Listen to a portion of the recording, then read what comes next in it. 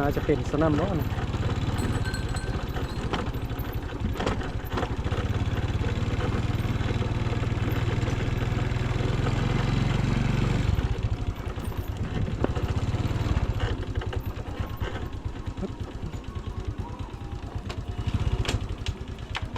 ับสบายดีพ่อแม่พี่น้องเพราะว่าจะอยู่ภายในหรือว่าต่างประเทศเนาะวันนี้จะพามาเบิ่งภาพบรรยากาศอยู่สถานที่แห่งหนึ่งเนาะสังว่าอยู่จอมป่าอยู่กลางป่ากลางดอยแบบนี้เลยสถานที่แห่งนี้อย่างบ่ทันมีไฟฟ้าใช้เนาะเพราะว่าบ่ได้เป็นหมู่บ้านเป็นสนามเนาะสนามนี้ก็หมายความว่าชาวบ้านเนาะหลายครอบครัวมา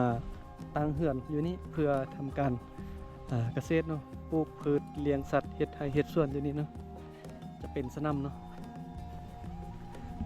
หลายครอบครัวเลยมาอาศัยอยู่มื้อนี้บ่าวลังก็ได้เดินทางมาแล้วก็จะมาเก็บภาพบรรยากาศเนาะให้เบิ่งให้ชมนำกันว่าบรรยากาศอยู่ดอยจะเป็นจังได๋นะซึ่งว่าช่วงนี้ก็เป็นฤดูหนาวเนาะโอ้เบิ่งเฮือนหลังนี้งามขนาดแต่งแบบดังเดิมเลยเอามุงยาคาแบบนี้เนาะสบายเลย นี่มันสนามเนาะโอ้นี่ไม่ยังนี่นะอันนี้ไม่ยังใส่ไก่ใส่ไก่ลืมใส่ไก่คล้ายคือข้าวอันสุดเผามงนั่นเนาะอันนี้เป็นตัวไอ้ใส่ไก่ไปให้ไปส่วนเอาไก่ไว้ในนี้เป๊ไปเนาะซึ่งว่าสถานที่แห่งนี้ก็อยู่ไกลจากตัวเมืองนี่พอสมควรแล้วก็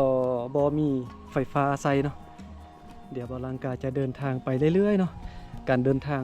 ของบ่าวลังก็คือการเดินทางไปเรื่อยๆไปซอกสถานที่แปลกๆหมู่บ้านแบบลึกหมู่บ้านลึกลับอยู่กลางป่ากลางดอยบอนที่คนในเมืองสังคมในเมืองบ่ค่อยเข้าถึงนะบอนที่มันแปลกๆแบบนั้นนะบ่าวลังก็จะเลาะไปเก็บภาพให้เบิ่งให้ชมนำกันเนาะว่าอยู่กลางป่ากลางดอยกลางดงนี่ยังจะมีเฮือนซานบ้านทรงคนหรือบ่บ่าวลังก็จะลุยไปเก็บภาพให้เบิ่งให้ชมนำกันเนาะปีนึงเฮ็ดซะลีได้จักต้นอยู่นี่นะได้น้อยนะมาเป็นค่ายกันยังแต่ละปีก็ได้หลายเนาะแต่ปีได้หลาย12ต้นกายที่เนาะเดี๋ยวนี้โอ้ต้นนี่เลือกอันดับ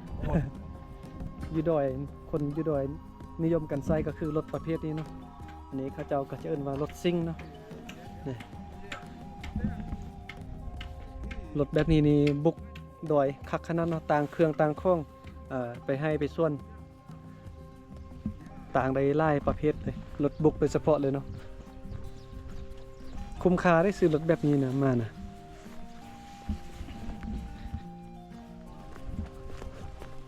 เอาฟ้ามาเฮียออมเฮือนยังเป็นเฮือนอยู่ป่าอยู่ดอยนะพ่อแม่พี่น้อง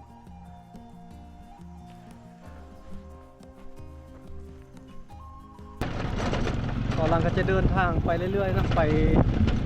ซอกเที่ยวชมหมู่บ้านไปเก็บภาพบรรยากาศอยู่หมู่บ้านกลางป่ากลางดอยนะมาให้เบิ่งให้ชมกันสถานที่แปลกๆสถานที่คนในเมืองเข้ามาถึงนะต่อหลังก็จะไปเก็บภาพไว้เบิ่งนะนี่ก็เมียนสลีที่สะบานปลูกมาไว้เตรียมค่ายเนาะเบิ่งป้าเขาเจ้ากองเป็นน้อยผู้เลยใหญ่แท้ใหญ่วาสลีนี่กองนี่หลายๆเนาะการเกษตรปลูกสลี